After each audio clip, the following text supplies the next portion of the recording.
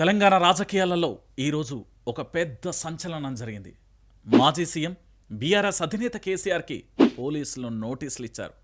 ఇది ఇప్పుడు రాష్ట్ర రాజకీయాలలో హాట్ టాపిక్గా మారింది. అసలు ఈ నోటీసులు ఎందుకు ఇచ్చారు? ఈ కేసులో ఏముంది? ప్రభుత్వం టార్గెట్ చేస్తుందా లేదా సాధారణ విచారణ? ఈ వీడియోలో పూర్తిగా క్లియర్గా చెప్తాను. కాస్త ఇంట్రెస్ట్గా ఉంటుంది, వినండి. ఏసీపీ జూబ్లీ హిల్స్కు సంబంధించి సబ్ డివిజన్ హైదరాబాద్ నుండి అఫీషియల్గా ఒక రిప్లై నోటీస్ వచ్చింది. ఇందులో స్పష్టంగా చెప్పిన విషయం ఏంటి అనేది ఒకసారి లోతుగా చెప్తా. కేసీఆర్కి సెక్షన్ 160 సిఆర్పిసి కింద నోటీసులు జారీ చేశారు. ఇది పంజాగుట్ట పోలీస్ స్టేషన్లో నమోదైన క్రైమ్ నెంబర్ 243 ఆఫ్ 2024 కేసుకు సంబంధించి ఫర్దర్ ఇన్వెస్టిగేషన్ కోసం. సెక్షన్ 160 అంటే ఏమిటి ఒకసారి చూద్దాం.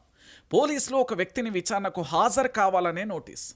పోలీసుల అఫీషియల్ రికార్డ్స్ ప్రకారం కేసీఆర్ రెసిడెన్స్ అడ్రస్ ఇది బంజారాహిల్స్ హైదరాబాద్కు సంబంధించిందని వాళ్ళు నిర్ధారించారు. అక్కడే నోటీసులు కూడా సర్వ్ చేశారు. ఎలక్షన్ అఫిడవిట్ మరియు లెజిస్లేటివ్ అసెంబ్లీ రికార్డ్స్లో ఉన్న అడ్రస్ ఆధారంగానే హైదరాబాద్ రెసిడెన్షియల్లోనే అఫీషియల్ ప్లేస్గా తీసుకున్నారు. కేసీఆర్ మాత్రం పోలీసులకు రిప్రజెంటేషన్ ఇచ్చారు.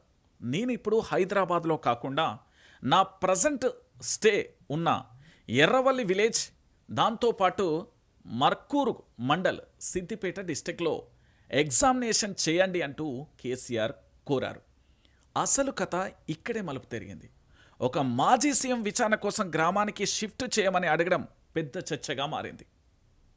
ఏసీపీ జూబ్లీ హిల్స్ మాత్రం క్లియర్గా చెప్పారు, ఇన్వెస్టిగేషన్ వెన్యూ మాత్రం ఆఫీస్ రికార్డ్స్ ప్రకారం హైదరాబాద్లోనే ఉంటుంది.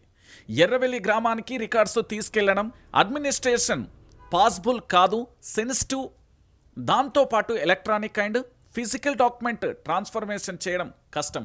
అందుకే రిక్వెస్ట్ యాక్సెప్ట్ చేయలేమని పోలీసులు స్పష్టం చేశారు. పోలీసులు చివరిగా స్పష్టమైన ఆదేశాలు ఇచ్చారు. కేసీఆర్ గారు తప్పకుండా హైదరాబాద్కు సంబంధించిన రెసిడెన్సీలోనే అవైలబుల్ ఉండాలని.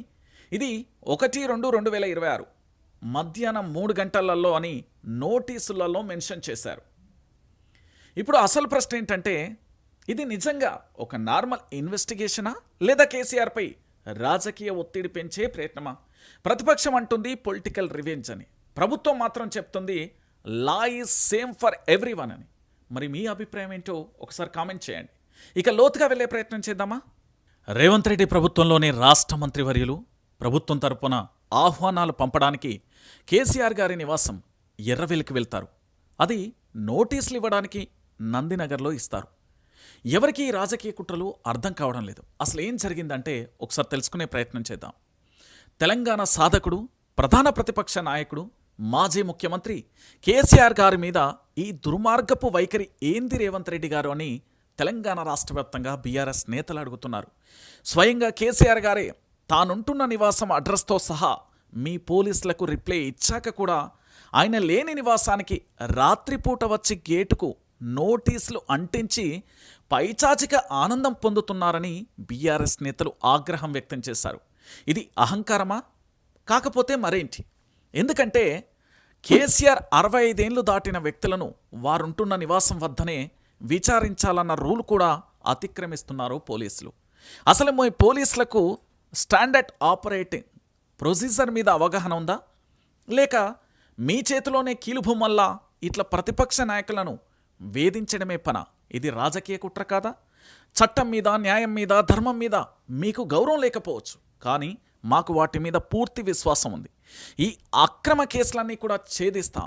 మీ ప్రతి తప్పుడు పనిని వెలక్కి తీసి తెలంగాణ ప్రాంత ప్రజల ముందు పెడతాం. మీరెన్ని వేధింపులకు పాల్పడుతున్నారో ప్రజలు గమనిస్తున్నారు.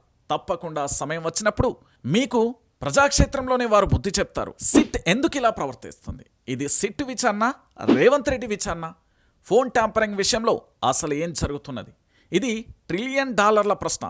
దేశంలో చాలా రాష్ట్రాలలో ప్రభుత్వాలు మారుతున్నాయి, కానీ ఆ రాష్ట్రాలలో ప్రభుత్వాలు మారినప్పుడల్లా ఇలాగే ఫోన్ ట్యాంపరింగ్ల మీద ప్రతి 5 ఏళ్లకు ఒకసారి విచారణలు చేస్తూనే ఉన్నాయా అంటే లేదు. ఎందుకు? వాళ్ళకు తెలుసు అది పట్టించుకునే విషయం కాదని. కానీ తెలంగాణలో ఎందుకు ఫోన్ ట్యాంపరింగ్ మీద ఇంత రాద్ధాంతం చేస్తున్నారు? ఎందుకంటే కాంగ్రెస్ ముఖ్యమంత్రి రేవంత్ రెడ్డికి ప్రజల సంక్షేమం కంటే తెలంగాణ తొలి ముఖ్యమంత్రి ప్రధాన ప్రతిపక్ష నేత బీఆర్ఎస్ అధినేత కేసీఆర్ గారి మీద, ఆయన కుటుంబం మీద బీఆర్ఎస్ పార్టీ మీదున్న ద్వేషం, కక్షపూరిత ధోరణే కారణమని జరుగుతున్న పరిణామాలని కూడా చెప్తున్నాయి. ఫోన్ ట్యాంపరింగ్ అనేది పోలీస్ శాఖ అంతర్గత వ్యవహారం. ట్యాంపరింగ్ విషయంలో chief secretary, home secretary, DGP, intelligence IG లేదా డీజీ స్థాయి అధికారులు నిర్ణయాలు తీసుకుంటారు. ఎక్కువ లెటర్ కాన్ఫరెన్స్ అధికారుల స్థాయిలోనే మాత్రమే జరుగుతాయి. ఒక టెర్రరిస్టు లేదా సంఘ వ్యతిరేక కార్యకలాపాలకు పాల్పడే వాళ్ళు ఫోన్ నెంబర్లు క్షణాల మీద ట్యాప్ చేయాల్సి వచ్చినప్పుడు వాళ్ళు ముఖ్యమంత్రి, హోంమంత్రి సంతకం తీసుకోవాలంటే అది సాధ్యమయ్యే పని కాదు. ఇప్పుడు జరుగుతున్న గంటల కొద్ది విచారణ 10 ఏళ్ల బీఆర్ఎస్ పాలన పైన పేర్కొన్న అధికారులు పూర్తి స్థాయిలో విచారించిన దాఖలాలు ఎక్కడా కూడా కనిపించలేదు. కేవలం కేసీఆర్ను, ఆయన కుటుంబానికి చెందిన వాళ్ళనే విచారించినట్లుగా ఉంది. ఇతర పార్టీల వాళ్ళను విచారించిన వాళ్ళను బాధితులుగా మొక్కుబడిగా విచారించినట్లుగా అర్థమవుతుంది. ఇది కోర్టులలో నిలబడే కేసు కాదని న్యాయ నిపుణులే చెప్తున్నారు. మరి ఎందుకు సిట్ పేరుతో రేవంత్ ప్రభుత్వం హడావిడి చేస్తున్నది? బీఆర్ఎస్ నుండి హరీష్ రావు గారు, ఇటు కేటీఆర్ గారు, అటు మరోవైపు సంతోష్ గారు ఇప్పటికే సిట్ విచారణకు పూర్తిగా కూడా సహకరించారు. ఇక కేసీఆర్ విషయంలో సిట్ ఎందుకు ఇలా ప్రవర్తిస్తుంది? రేవంత్ రెడ్డి ఒత్తిడితోనే సిట్ ఇలా వ్యవహరిస్తుందని అందరికీ కూడా అర్థమవుతుంది. కేసీఆర్ గారు అసలు ఎర్రవల్లి అనే విషయం అందరికీ తెలిసే. పైగా అది ఆయన ఎమ్మెల్యేగా ప్రాతినిధ్యం వహిస్తున్న సొంత నియోజకవర్గం. ఆయన కుటుంబంతో అక్కడే ఉన్నారనే విషయం ప్రభుత్వానికి తెలుసు, పోలీస్ శాఖకు తెలుసు. మాజీ ముఖ్యమంత్రి ప్రధాన ప్రతిపక్ష హోదాలో ఆయనకు సెక్యూరిటీ ఇస్తున్నది కూడా పోలీస్ శాఖనే.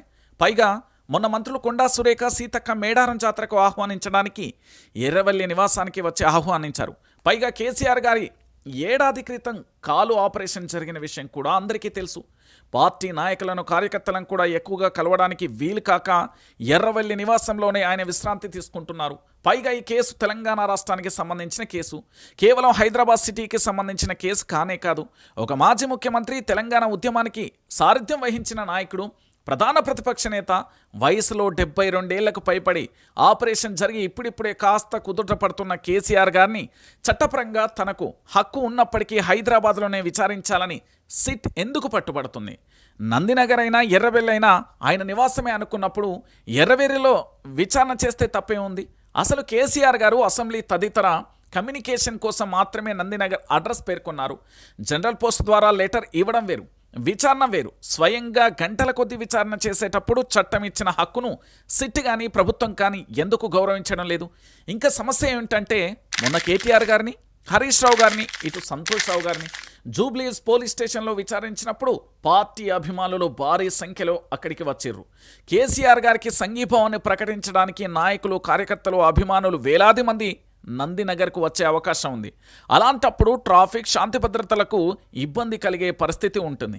వీటన్నింటినీ సిట్ ఎందుకు పరిగణలోకి తీసుకోవడం లేదు?